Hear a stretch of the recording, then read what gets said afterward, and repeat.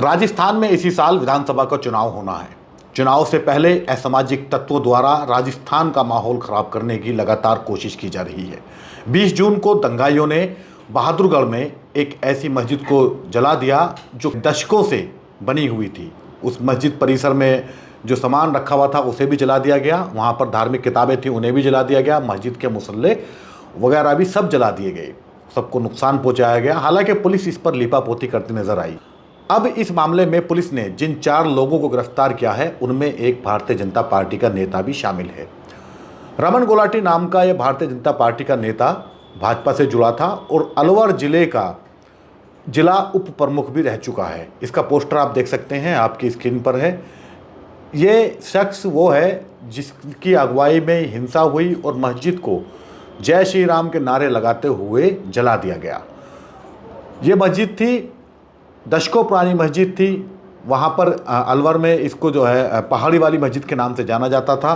और ये मस्जिद जिसके बारे में बताते हैं मौलाना हनीफ अलवर वक्फ बोर्ड के चेयरमैन रहे हैं जिला अलवर के। उन्होंने बताया कि ये मस्जिद 1965 का जो गजट नोटिफिकेशन निकला था उसमें भी दर्ज थी, सर्वे के में भी ये आई हुई थी, लेकिन इसके बावजूद ये मस्जिद दंगाइयों को, असामाजिक तत्वों को खल रही थी और उन्होंने नारेबाजी करते हुए इस मस्जिद को जला दिया। अब सवाल यह है कि राजस्थान की अशोक गहलोत सरकार, ये वही सरकार है जिसकी पार्टी के नेता कहते हैं कि नफरत के बाज़ार में मोहब्बत की दुकान खोलने के लिए वो निकले हैं, लेकिन उस सरकार में दंगाइयों के हौसले इतने बुलंद हैं कि वो सामाजिक सौहार्द बिगाड़ने की लगातार कोशिशें कर रहे हैं। यह बताना दिलचस्प ये है कि अलवर वही शहर है, इसी शहर में राहुल गांधी ने नफरत के बाज़ार में मोहब्बत की दुकान खोलने का नारा दिया था। लेकिन जब उस शहर का ये हाल है कि असामाजिक तत्व, दंगाई एलिमेंट, फ्रिंज एलिमेंट जो इस देश के सामाजिक ताने बाने, इस देश के सामाजिक सौहार्द के लिए एक चुनौती बन रहे हैं, तो उस देश में उस बाकी स्टेट में कानून व्यवस्था की हालत क्या होगी। अलवर से और राजस्थान से अक्सर इस तरह की खबरें सामने आती रही हैं जहां अल्पसंख्यकों के धार्मिक स्थलों को नुकसान पहुंचाया जा रहा है।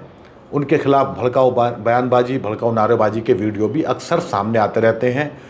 अलवर लगा है मेवात से, यह कहें कि मेवात का ही एक तरह से हिस्सा है। मेवात का जो एक और ज़िला है भरतपुर, यहाँ के जिन 2 बच्चों को गोद तस्कर बताकर जिंदा जलाया गया था उनके आरोपी अभी तक गिरफ्तार नहीं हुए हैं। ऊपर से ये मस्जिद जलाने का कृत्य किया गया है भारतीय जनता पार्टी के नेता जिसकी अगुवाई कर रहे थे। ये दोनों सरकारों पर, दोनों पार्टियों की निष्ठा पर एक सवाल है।